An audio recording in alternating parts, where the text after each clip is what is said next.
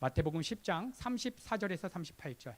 내가 세상에 화평을 주러 온 줄로 생각하지 말라. 화평이 아니요 검을 주러 왔노라. 내가 온 것은 사람이 그 아비와 딸이 어미와 며느리가 시어머니와 불화하게 하려 함이니 사람의 원수가 자기 집안 식구리라.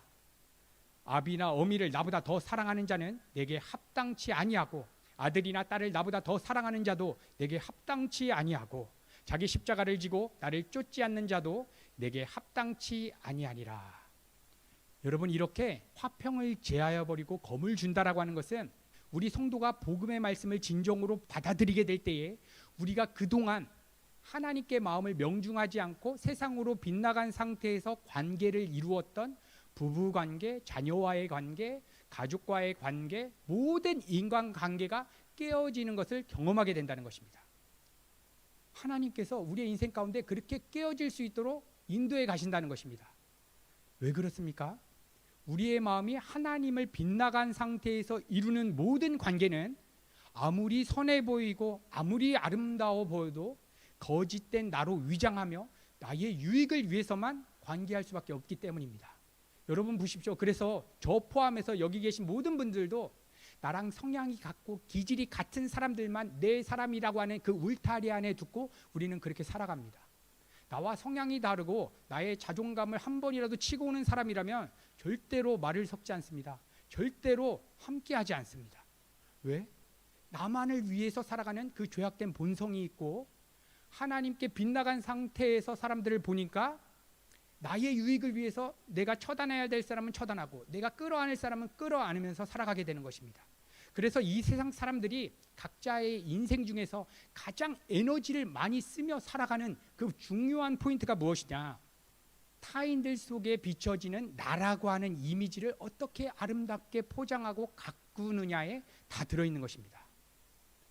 여러분, 예를 들어서 연예인들 중에 누군가가 마약을 접하게 되어서 마약에 빠진 자신의 모습이 언론에 드러나게 되었다.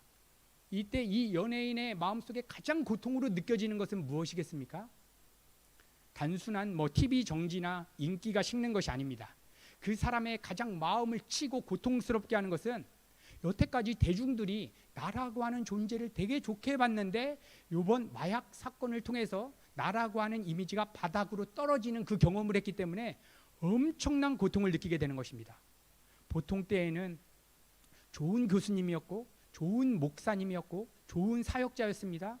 그런데 그 사람의 추악한 범죄 행위가 대중들 앞에, 사람들 앞에 드러나게 될 때 타인들 속에 나라고 하는 이미지, 이 존재가 파괴되어집니다. 그래서 나라고 하는 타인들 속에 비춰지는 나라고 하는 이미지가 깎이고 파괴되어질 때에 인간은 가장 큰 고통으로 느껴지게 됩니다. 왜냐? 다른 사람에게 보여질 그 이미지를 지키고 보호하고 아름답게 화장하면서 몸부림치며 살아가는 것이 인간 안에 있는 죄의 본질이기 때문입니다. 죄를 가지고 태어나는 모든 사람들은 내가 내 인생의 이제 주인이 되었습니다. 그래서 내가 주인 된 증거는 뭐냐? 내가 판단하기에 이것은 부끄럽다, 이것은 창피하다, 이런 것을 가리기 위해서 공부를 하고 직장을 갖고 재정을 더 쌓고 합니다.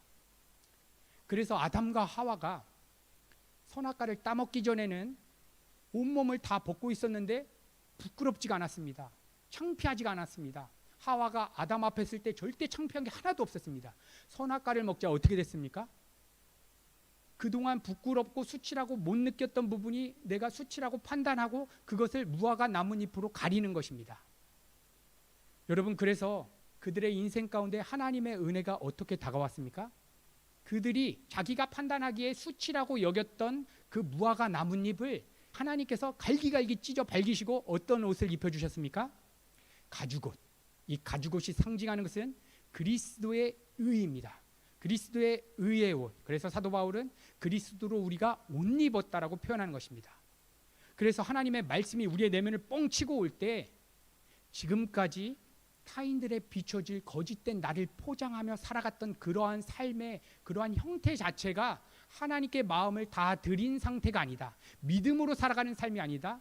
이 세상 공중 권세 잡은 자가 끄는 그대로 사는 삶이다라는 것을 깨닫게 하시고 우리의 마음을 십자가에 포개게 하셔서 그러한 거짓된 자아는 내가 아니라고 나를 부인하게끔 인도해 주시는 것입니다. 이것이 바로 자기 부인입니다. 주님의 십자가를 진다라고 하는 의미입니다. 그래서 우리의 모든 수치, 우리의 부끄러움들 다 있습니다. 이것을 우리 구주 예수 그리스도께서 2000년 전에 십자가로 다 빨아들이셨습니다. 그래서 십자가를 받아들이는 순간 일어나는 놀라운 축복이 무엇이냐? 지금까지 우리 성도님들 각자의 인생을 살아오면서 엄청난 상처와 열등감과 우리의 내면 안에 느껴지는 그 꾸정물 같은 그 어두움이 단번에 씻겨집니다. 왜 그렇습니까? 이제 하나님 안에서 거듭난 진정한 나를 발견하기 때문입니다. 그래서 여기 계신 성도님들 중에 정말 예수님을 나의 인생의 주인으로 왕으로 모셔드렸다라고 하면 여기 계신 성도님 한 분 한 분은 가격으로 매긴다면 어떠한 가격이냐? 온 천지 만물과도 바꿀 수 없는 엄청난 가격입니다. 이 세상 최고의 재벌가 앞에서도 자존감이 떨어질 수가 없습니다. 왜냐?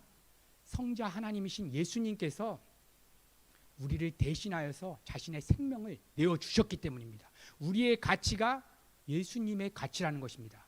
여러분들의 자존감은 어떻게 가져야 합니까? 나는 훌륭한 사업가이다. 나는 훌륭한 목사님이다. 난 훌륭한 대형 기획사를 운영하는 그러한 대표이다. 그런 게 아니라는 것입니다. 그것은 무화과 나뭇잎으로 우리의 수치를 우리가 가리는 것입니다.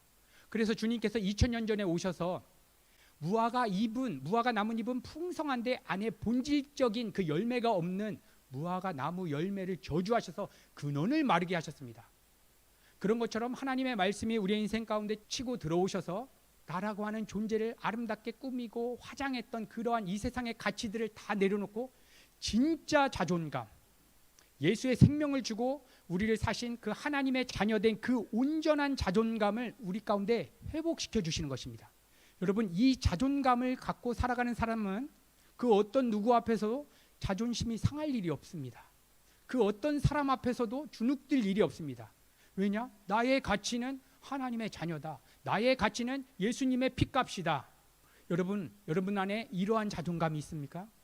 오늘 이 예배 때 우리가 이렇게 고백하셨으면 좋겠습니다. 하나님, 그동안 내가 음악계에서 성공하고 싶었고 사업으로 성공하고 싶었고 내 인생의 수많은 이 세상의 가치들을 통해서 내가 더 빛나 보이고 남들 앞에서 칭찬받고 존경받는 사람 되고 싶어서 그러한 것들로 나라고 하는 존재를 내가 꾸미고 있었는데 오늘 하나님의 말씀이 치고 올 때 내가 모든 것 다 내려놓고 하나님, 나의 진정한 가치는 온 천지 만물과도 바꿀 수 없는 예수 생명값입니다. 이러한 고백이 우리 예배 가운데 있기를 간절히 소망합니다.